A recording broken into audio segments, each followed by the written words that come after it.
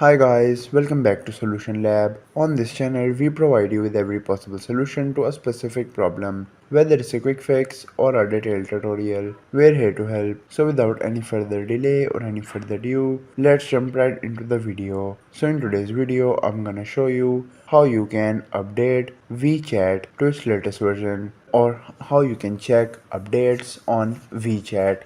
It's a pretty basic and easy thing to do, so just follow the guide. First thing first, if you haven't already subscribed to Solution Lab, please consider subscribing and hit that bell icon so you'll get notified from our latest videos. Now let's jump right in. If you want to look and check for updates on Wechat, how to do that? First of all, go to the App Store or Play Store, and at the bottom right is the search. And once you do that, at the top is the search bar, tap on it and search for Wechat. And where it says open, if it needs an update, it will be as update. Simply tap on that, and once you do tap on that, that is how you can simply update Wechat to its latest version. I hope this tutorial was helpful and informative. If it was, please give it a thumbs up and consider subscribing to Solution Lab for more helpful tutorials. If you have any queries or suggestions, just leave them in the comments below. Till then, take care, see you next time.